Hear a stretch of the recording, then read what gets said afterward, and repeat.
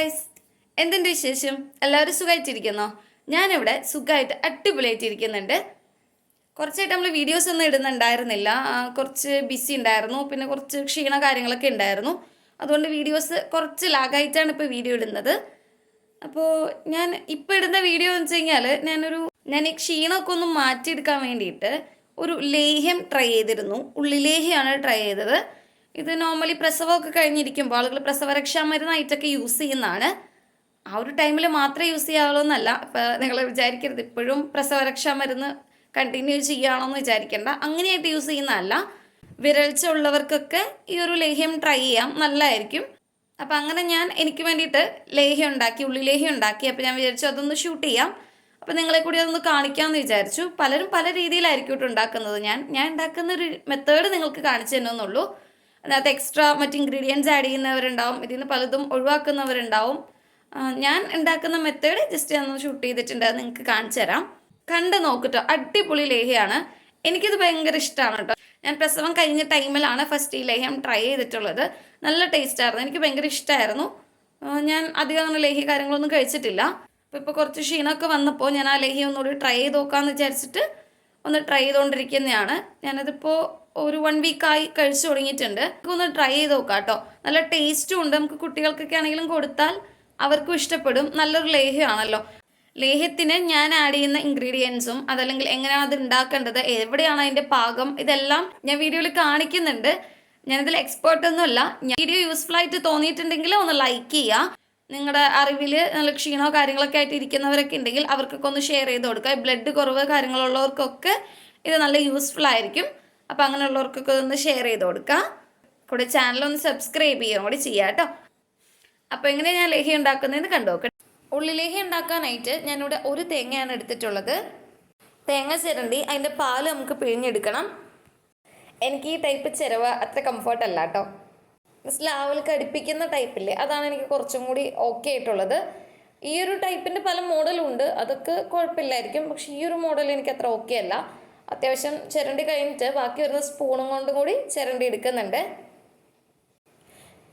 ഇനി ചിരവിയ തേങ്ങ നമുക്ക് മിക്സിയുടെ ജാറിലോട്ടൊന്ന് മാറ്റി കൊടുക്കാം. നമുക്ക് തേങ്ങയുടെ പാല് പിഴിഞ്ഞെടുക്കണം. 3 പാല് നമുക്ക് എടുക്കണം കേട്ടോ. 1-ാം പാല്, 2-ാം പാല്, 3-ാം പാല്, ഇത് 3 നമുക്ക് എടുക്കണം. മിക്സി ഇട്ട് തിരിക്കുന്നുണ്ട്, പക്ഷെ ഓണാവുന്നില്ല. പ്ലഗ് കുത്തിയിട്ടുണ്ട്, സ്വിച്ച് ഓൺ അല്ലായിരുന്നു, അത് ഓണാക്കി. നമ്മളിപ്പോൾ മിക്സി വർക്ക് ചെയ്യുന്നുണ്ട്. ജസ്റ്റ് ഒന്ന് അടിച്ചെടുത്താൽ മതി, ഒത്തിരി നേരമൊന്നും കിടക്കണ്ട. നമുക്ക് 1-ാം പാൽ എടുക്കാൻ വളരെ കുറച്ച് വെള്ളം മാത്രം ആഡ് ചെയ്താൽ മതി കേട്ടോ. ജസ്റ്റ് അതൊന്ന് പിഴിഞ്ഞെടുക്കാം. ബ്ലഡ് വർദ്ധിക്കാനൊക്കെ ആയിട്ട് വളരെ നല്ലതാണ് കേട്ടോ ഈ ലേഹ്യം കഴിക്കുന്നത്. കുറച്ച് ഡേയ്സൊക്കെ നമുക്ക് ഫ്രിഡ്ജിൽ വെച്ചിട്ട് സൂക്ഷിക്കാം, ഒരു മാസത്തിനടുത്തൊക്കെ വരെ സൂക്ഷിക്കാം.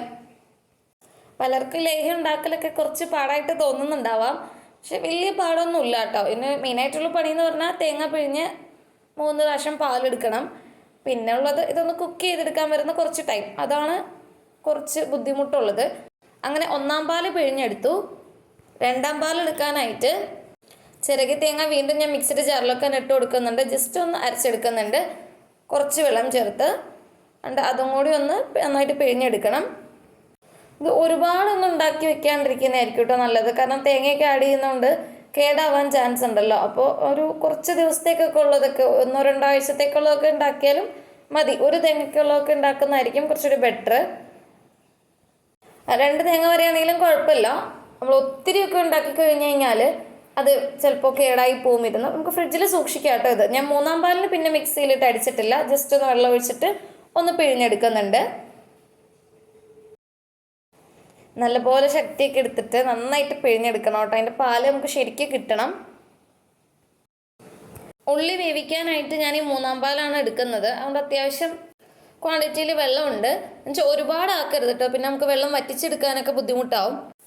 ഇനി അതൊക്കെ ഒന്ന് പിഴിഞ്ഞെടുത്ത് ഞാൻ ഉള്ളിയൊക്കെ തൊലി കളഞ്ഞ് ഇവിടെ സെറ്റാക്കി വെച്ചിട്ടുണ്ട്. തേങ്ങാപ്പാലും റെഡി ആയിട്ടുണ്ട്. 1-ാം പാല്, 2-ാം പാല്, 3-ാം പാല്, ഇത് 3 ഞാൻ 3 പാത്രത്തിലാക്കി വെച്ചിട്ടുണ്ട് കേട്ടോ. ഇനി ഇതൊന്ന് വേവിക്കാം. ആദ്യം ഉള്ളി ഒന്ന് വേവിച്ചെടുക്കാം. അതിനായിട്ട് കുക്കറിലേക്ക് ഞാൻ ഉള്ളി ഇടുന്നുണ്ട്.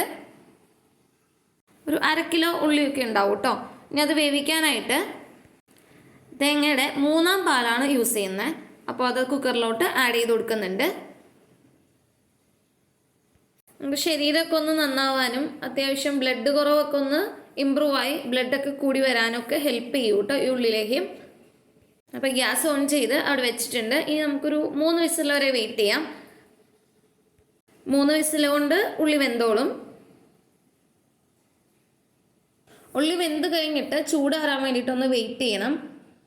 ആ ഒരു ടൈമിൽ നമുക്ക് ശർക്കര ഉരുക്കിയെടുക്കാം. കരിപ്പട്ടി ശർക്കരയാണ് ഞാൻ ഇതിനായിട്ട് ഇവിടെ യൂസ് ചെയ്യുന്നത്. നമുക്ക് നോർമലി സൂപ്പർ മാർക്കറ്റിലോ അല്ലെങ്കിൽ ആയുർവേദ കടകളിലൊക്കെ ഈ കരിപ്പട്ടി ശർക്കര അവൈലബിൾ ആണ്. എനിക്ക് തോന്നുന്നു എല്ലാ പലചരക്ക് കടകളിലും ഉണ്ടാവുമെന്ന് തോന്നുന്നു. ഇനി ഇതിലേക്ക് വേണ്ട കുറച്ച് ഐറ്റംസ് നമുക്ക് വറുത്തെടുക്കാനുണ്ട്. കാഷ്യൂ വറുത്തെടുത്തിട്ടുണ്ട്, ദെൻ ബദാം വറുത്തെടുത്തിട്ടുണ്ട്. ഒരുപാട് നേരമൊന്നും വേണ്ട, ജസ്റ്റ് ഒന്ന് വറുത്തെടുത്താൽ മതി. ഒന്ന് ചൂടാക്കിയെടുക്കാം. നമുക്ക് പൊടിച്ചെടുക്കാൻ വേണ്ടിയിട്ട് ജസ്റ്റ് ഒന്ന് ചൂടാക്കണം. കാഷ്യൂം ബദാമും വറുത്ത് മാറ്റി വെച്ചു. ഇനി ഉലുവ കുറച്ച് നമുക്ക് വറുക്കണം. ഒരുപാടൊന്നും വേണ്ട, വളരെ കുറച്ച് എമൗണ്ട് മതി. അങ്ങനെ ഉലുവയും കൂടി വറുത്ത് കഴിഞ്ഞ് മാറ്റിയിട്ടുണ്ട്. ഇനി ചെറിയ ജീരകമില്ലേ, അതും എടുത്തിട്ടുണ്ട്. ചെറിയ ജീരകം കൂടി ജസ്റ്റ് ഒന്ന് ചൂടാക്കിയെടുക്കാം. അതെല്ലാം കൂടി ഒരു പാത്രത്തിലേക്ക് മാറ്റിയിട്ടുണ്ട്. ഇനി ഇതെല്ലാം കൂടി ചേർത്തിട്ട് ഒന്ന് പൊടിച്ചെടുക്കുകയാണ് ചെയ്യേണ്ടത്. ഒരുപാട് നേരിട്ടൊന്നും പൊടിക്കണ്ട, ജസ്റ്റ് ഒന്ന് പൊടിച്ചെടുത്താൽ മതി. ഒരുപാട് നേരിട്ടൊന്നും പൊടിക്കണ്ട. അങ്ങനെ ഒത്തിരി നേരിട്ട് പൊടിച്ച് കഴിഞ്ഞ് കഴിഞ്ഞാൽ ഈ ബദാമിൽ നിന്നൊക്കെയുള്ള ഓയിൽ ഇറങ്ങാൻ ചാൻസ് ഉണ്ട്. അതുകൊണ്ട് അത്യാവശ്യം ഒന്ന് പൊടിച്ചെടുത്താൽ മതി. ചെറിയ ചെറിയ തരികൾ നമുക്ക് കടിക്കാൻ കിട്ടുമ്പോൾ നമുക്ക് ലേഹം കഴിക്കുമ്പോൾ നല്ലതായിരിക്കും. ചെറിയ ചെറിയ തരി പോലെ കിട്ടാൻ പാകത്തിനാണ് ഞാൻ പൊടിച്ചെടുക്കുന്നത്. 2 ട്രിപ്പായിട്ടാണ് കേട്ടോ പൊടിക്കുന്നത്. ഒന്ന് പൾസ് ചെയ്തിട്ട് പൊടിച്ചെടുക്കുകയാണ് ചെയ്യുന്നത് കേട്ടോ. ഒരുപാട് നേരിട്ട് കറക്കി പൊടിക്കാതിരിക്കാൻ ശ്രദ്ധിക്കണം. അങ്ങനെ 2 ട്രിപ്പായിട്ട് ഞാനിതൊന്ന് പൊടിച്ചെടുത്ത് വെക്കുന്നുണ്ട്. അത്യാവശ്യം തരി കിട്ടുന്ന രീതിയിലാണ് കേട്ടോ ഞാൻ പൊടിച്ചിട്ടുള്ളത്. അപ്പോൾ ഇത് ലേഹം കഴിക്കുമ്പോൾ അത് കടിക്കാൻ കിട്ടുമ്പോൾ എനിക്കിഷ്ടമാണ്. അതുകൊണ്ടാണ് ഞാൻ അങ്ങനെ പൊടിച്ചത്. ഇനി പെട്ടെന്ന് ധൃതിയിൽ ഞാൻ പാൻ അടുപ്പത്ത് വെച്ചു. കുക്കറിലിരുന്ന ഉള്ളിയൊക്കെ എടുത്തിട്ട് ആ പാനിലേക്ക് ഇട്ടു. ഗ്യാസ് കത്തിക്കുകയാണ്. ഞാനിവിടെ ഒരു കാര്യം മറന്നുപോയി ഗൈസ്. ഈ ഉള്ളി മിക്സിയുടെ ജാറിലിട്ടൊന്ന് അടിച്ചെടുക്കണമായിരുന്നു. അതിന് വേണ്ടിയിട്ടാണ് അതൊന്ന് തണുക്കാൻ വേണ്ടിയിട്ട് വെയിറ്റ് ചെയ്ത് നമ്മൾ ബാക്കിയുള്ള സ്റ്റെപ്പുകൾ ചെയ്തുകൊണ്ടിരുന്നത്. പിന്നെ പെട്ടെന്നാണ് ഞാനത് ഓർത്തത്. അങ്ങനെ അപ്പം തന്നെ അത് ഓഫ് ചെയ്ത് ഈ ഉള്ളി എടുത്തിട്ട് ഞാൻ മിക്സിയുടെ ജാറിലോട്ട് മാറ്റുന്നുണ്ട് കേട്ടോ. ഒന്ന് തണുക്കാൻ വെച്ചതിന് ശേഷം വീണ്ടും ഒന്ന് തണുക്കാൻ വേണ്ടിയിട്ട് ഞാൻ വെയിറ്റ് ചെയ്തു. അത് കഴിഞ്ഞിട്ട് മിക്സിയുടെ ജാറിലേക്ക് അതൊന്ന് മാറ്റി കൊടുക്കുന്നുണ്ട്. അങ്ങനെ ഒരു ചെറിയൊരു പണി അവിടെ കിട്ടി. പാത്രത്തിൽ വെള്ളം എടുത്തിട്ട് അതിൽ ഇറക്കി വെച്ച് അതിൻ്റെ ചൂടൊന്ന് പെട്ടെന്ന് ആറ്റിയെടുത്തു. അതിനുശേഷം ഉള്ളി മിക്സിയുടെ ജാറിലോട്ട് മാറ്റി കൊടുക്കുകയാണ്.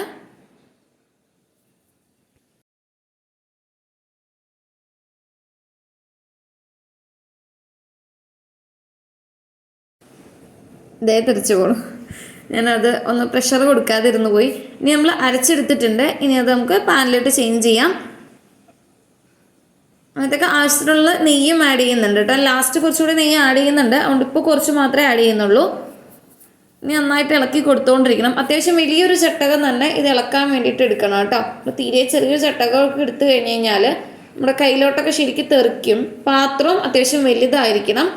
ഇത് കുറച്ച് തിളച്ചൊക്കെ വന്നു കഴിയുമ്പോൾ ശരിക്കും നമുക്ക് തെറിക്കാൻ തുടങ്ങും. നമ്മുടെ കയ്യിലോട്ടൊക്കെ തെറിച്ചാൽ നല്ല ചൂടായിരിക്കും, നന്നായിട്ട് പൊള്ളും. അപ്പോൾ അത്യാവശ്യം വലിയൊരു പാത്രമായിരിക്കണം, വലിയൊരു ചട്ടകമായിരിക്കണം ഇളക്കാൻ എടുക്കേണ്ടത്.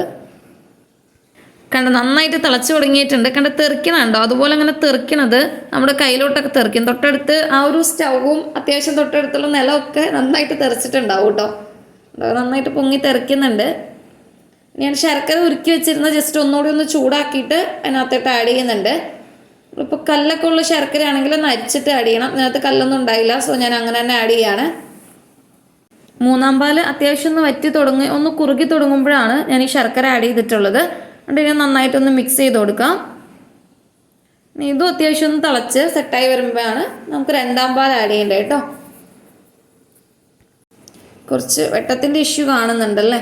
ഞാനത് ലാസ്റ്റ് ഭാഗം നിങ്ങൾക്ക് ക്ലിയർ ആയിട്ട് കാണിക്കുന്നുണ്ട്. ഇനി ഞാൻ നട്ട്സ് പൊടിച്ചു വെച്ചിരുന്ന കാഷ്യൂം, ബദാം, ഉലുവ, ചെറിയ ജീരകം ഇതെല്ലാം കൂടി അതിനകത്തേക്ക് ആഡ് ചെയ്തിട്ട് മിക്സ് ചെയ്ത് കൊടുക്കുകയാണ്.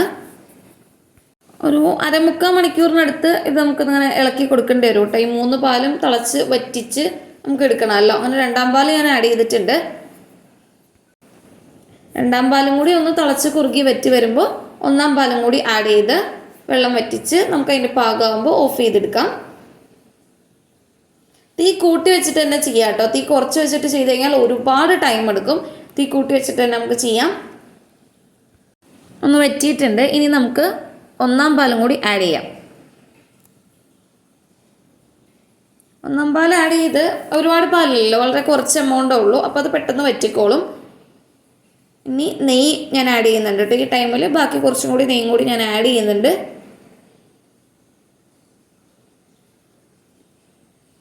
അത്യാവശ്യം നല്ലൊരു എമൗണ്ട് തന്നെ ഞാൻ ആഡ് ചെയ്യുന്നുണ്ട് കേട്ടോ.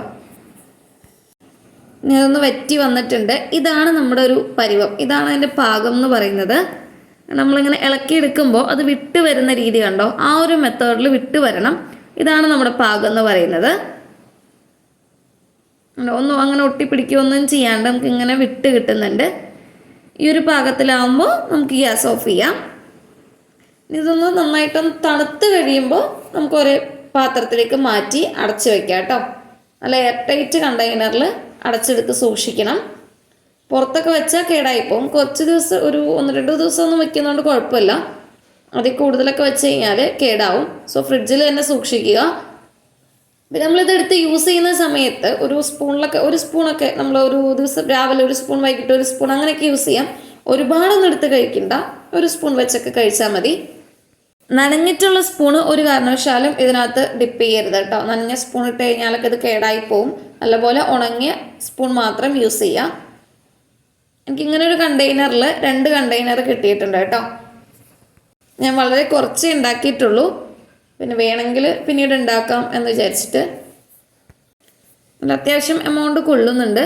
ഓരോ തേങ്ങയ്ക്ക്, ചെറിയൊരു തേങ്ങയായിരുന്നു, ആ ഒരു തേങ്ങയ്ക്ക് നമുക്ക് ഒരു 2 പാത്രത്തിൽ കിട്ടിയിട്ടുണ്ട്. അപ്പോൾ നിങ്ങളത് ഒന്ന് ട്രൈ ചെയ്ത് നോക്കട്ടെ. നമുക്ക് വിളർച്ച ഉള്ളവർക്കും അല്ലെങ്കിൽ രക്തക്കുറവുള്ളവർക്ക്, ക്ഷീണം ഒക്കെ മാറാനൊക്കെ ഇത് നല്ല യൂസ്ഫുള്ളാണ്. നിങ്ങളൊന്ന് ട്രൈ ചെയ്ത് നോക്കുക. വലിയ ബുദ്ധിമുട്ടൊന്നുമില്ല ഉണ്ടാക്കിയെടുക്കാനായിട്ട്. കുട്ടികൾക്കൊക്കെ വെയിറ്റ് വെക്കാനും അതല്ലെങ്കിൽ രക്തക്കുറവ് മാറാനും ഒക്കെ ഇത് നമുക്ക് നല്ല യൂസ്ഫുൾ ആണ് കേട്ടോ. എനിക്കതൊരു ഇറ്റ് പോലെ കളയാൻ തോന്നുന്നില്ല കേട്ടോ. നമ്മൾ കുറേ നേരം ട്രൈ ചെയ്ത് ഉണ്ടാക്കി എടുക്കുന്നതല്ലേ, അപ്പോൾ നന്നായിട്ടത് പഠിച്ച് എടുക്കുന്നുണ്ട് കേട്ടോ. ഈ ശർക്കരയൊക്കെ യൂസ് ചെയ്ത് ഉണ്ടാക്കുന്ന കാരണം നല്ല ടേസ്റ്റ് ഉണ്ട്. പിന്നെ നമുക്ക് ഇടയ്ക്കിടയ്ക്ക് കടിക്കാനൊക്കെ ഇതിൻ്റെ നട്ട്സും കിട്ടുന്നതുകൊണ്ട് അടിപൊളിയാണ്. അപ്പോൾ എല്ലാവരും ഒന്ന് ട്രൈ ചെയ്ത് നോക്കുക. അപ്പോൾ അടുത്തൊരു വീഡിയോ ആയിട്ട് ഉടനെ തന്നെ വരാം. അതുവരേക്കും ബൈ.